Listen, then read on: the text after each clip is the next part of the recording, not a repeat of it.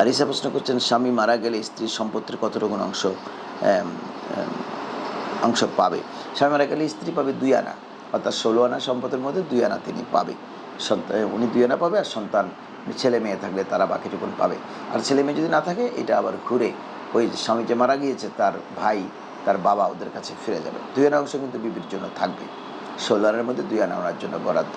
তবে এগুলো সব ভালোভাবে বুঝবার জন্য একজন ফরাইজ বিশেষজ্ঞ যারা বন্টন নীতি পালন করে, কারণ কে কে রেখেছে, আপনার স্বামী মারা যাওয়ার পরে তার ছেলে মেয়ে আছে কিনা, ওই বিবির ঘরে কেউ আছে কিনা, সব কিছু বিস্তারিত লেখে যারা ফরাইজ করে বন্টন নিয়মগুলো যারা বন্টন করে দেয় সেই দৃষ্টিতে, এরকম বিশেষজ্ঞ একজন আলিমের কাছে যাবেন, উনি আপনাদেরকে ফরাইজ বন্টন নীতি করে দেবে। তবে স্বামী যদি মারা যায় এবং স্বামীর সন্তান সন্ততি থাকে, তাহলে বিবি কিন্তু 2 আনা সম্পদ পাবে।